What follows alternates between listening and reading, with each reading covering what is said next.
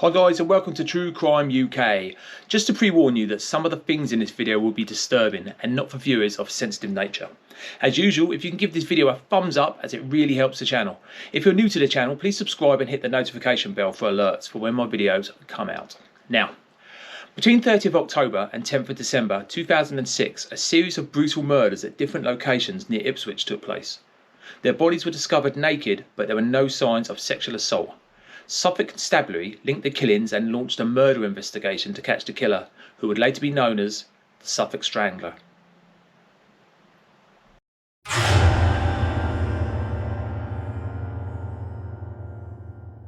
On the 2nd of December 2006, the body of a young woman was discovered in the water of Belstead Brook at Thorpe's Hill, Suffolk, by a member of the public. The body, later identified as 25-year-old Gemma Adams. She was last seen on West End Road in Ipswich, where she had been living. She disappeared on the 15th of November at about 1:15 in the morning. The first victim found, she was naked but not being sexually assaulted. Adams had been a popular child and from a middle-class family. As a teenager, she had become addicted to heroin. She had been working as a sex worker to fund her drug addiction, which had already led to the loss of her previous job. Her partner was at the time also a heroin user and knew she was a sex worker, although her family did not. Well, I started to get worried because she wasn't replying to my text messages. And Gemma always replies to me and she didn't. 6 days later, on the 8th of December, the body of 19-year-old Tanya Nickel, a friend of Adams, was discovered by police divers on the 8th of December in a river near Copdock Mill. Again, there was no evidence of sexual assault and a post-mortem could not establish a definite cause of death. Nickel attended Chantry High School but had left home at 16 to live in a hostel, engaging in sex work to fund her addiction to heroin and cocaine. She had originally worked in massage parlours but was asked to leave on suspicion that she was using drugs. Her mother was unaware she was a sex worker and thought she had been working in a bar or a hairdresser's. On the 10th of December, a third victim, found by a member of the public in an area of Woodland by the A14 road near Nacton, was later identified as 24-year-old Annette Nichols. According to a police statement, she had been asphyxiated and was about 3 months pregnant when she died. Alderton, a mother of one, and also in the early stages of pregnancy, had been living in Colchester in Essex. Alderton disappeared on the 3rd of December and was last seen on the 17:53 train from Harwich to Manningtree. Alderton got off the train at Manningtree at 6:15 before going on to Ipswich on another train, arriving at 18:43.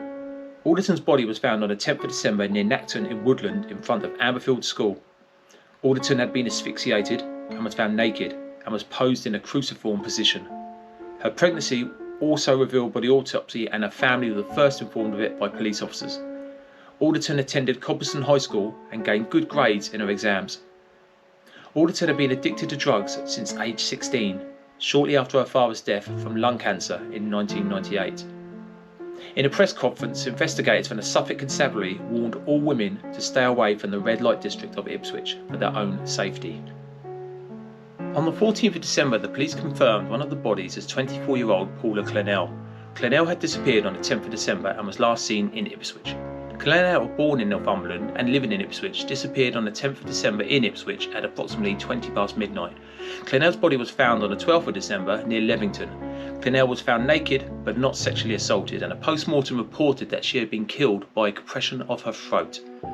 Prior to her death, Clennell commented on the then recent murders in an interview with Anglia News, stating that despite them making her a bit wary about getting into cars, she continued to work because "I need the money." Why have you decided to come out tonight?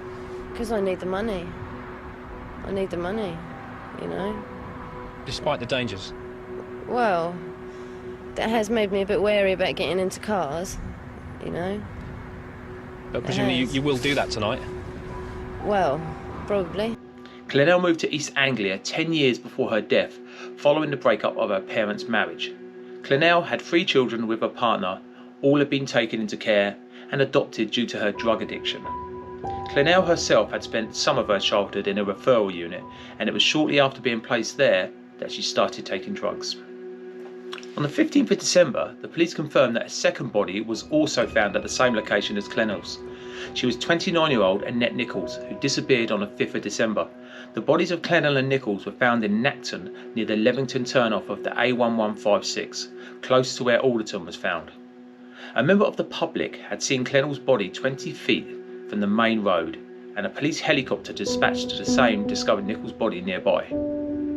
Annette Nichols, a mother of one from Ipswich, was initially thought to have gone missing on the 4th of December, but at the trial it was revealed she was last seen in Ipswich town centre on the 8th of December.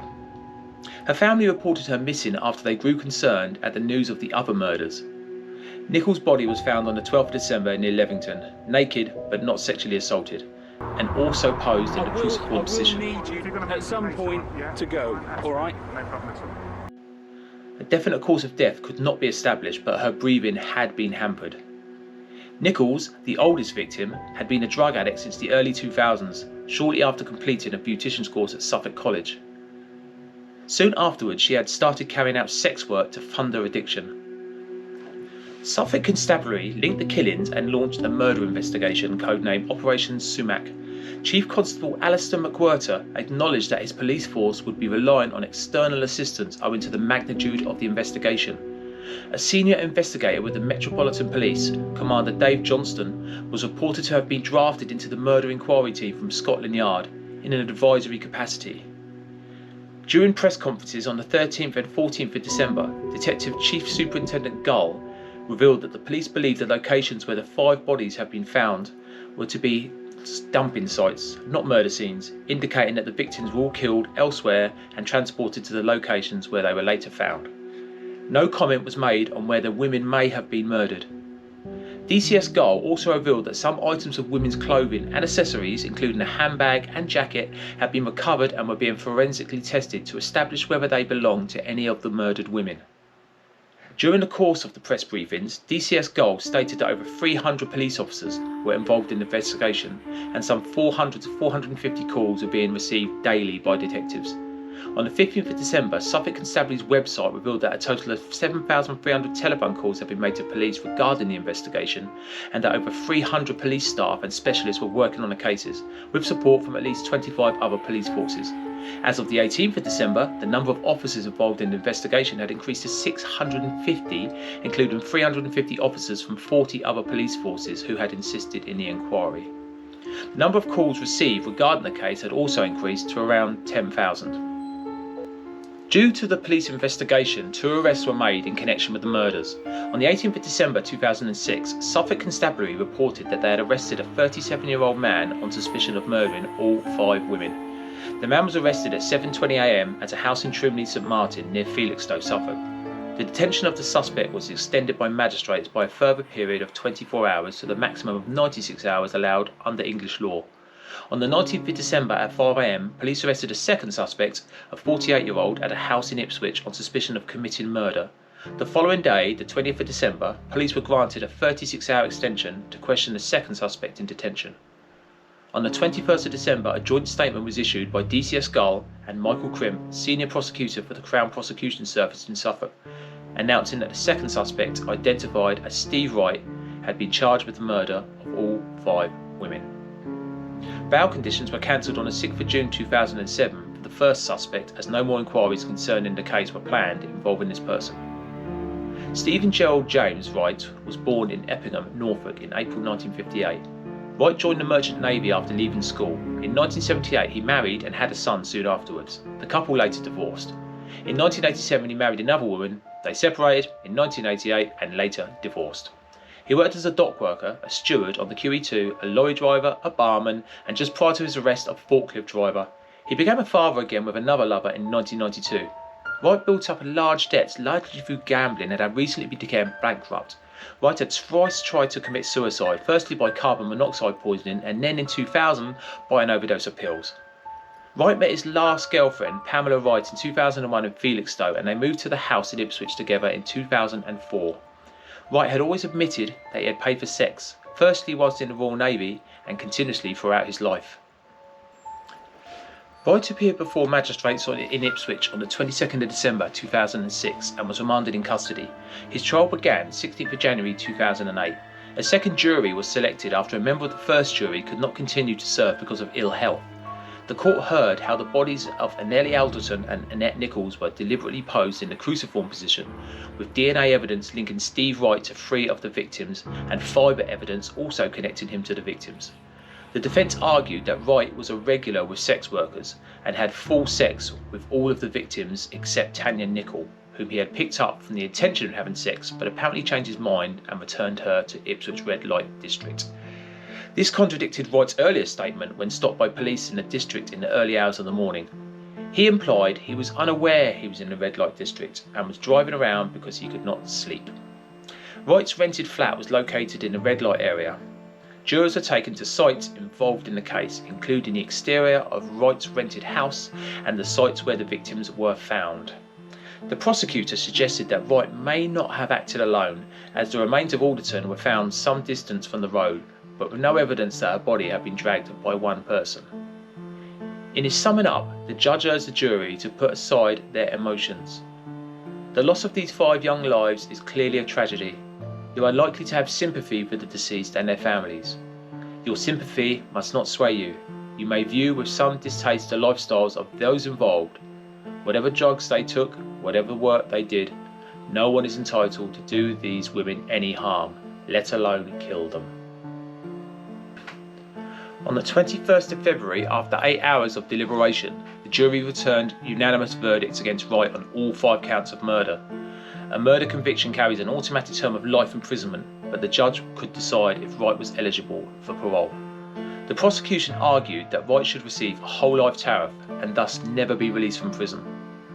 On the 22nd of February, Wright was sentenced to life in prison, the judge recommending against parole because the murders involved a substantial degree of premeditation and planning. Some family members felt that Wright deserved the death penalty. Craig Bradshaw, brother-in-law of Paula Clennell, said, "These crimes deserve the ultimate punishment, and that can only mean one thing. Where the daughter and the other victims were given no human rights by the monster, his will would be guarded by the establishment at great cost to the taxpayers of this country and emotionally to the bereaved families." I wish we still had the death penalty, as this is what he truly deserved. But the father of Gemma Adams said, "I am very relieved and pleased for all of the families that this is now over and we can now start to get on with our lives." Prime Minister Gordon Brown said the case was an example of the importance of the National DNA Database. The murders refocus press attention on a number of controversial issues in British politics. The first is that of prostitution in the United Kingdom. The murders have highlighted the vulnerability of sex workers and the lack of action taken by the government, whether to be more in the hope of reducing the numbers of sex workers on the streets, to move towards legalised brothels and other measures to improve the safety of the women, or to target the demand for sex workers through prosecution of the clients. The government has moved in the direction of tough anti-prostitution laws which target the clients. The government had at one point considered allowing mini brothels, but abandoned its plan after fears that such establishments would bring pimps and drug dealers into residential areas. Instead, the laws became tougher. The second is that of a drug use and whether it should be legalised or decriminalised, provided on prescription to registered addicts, or penalised more harshly.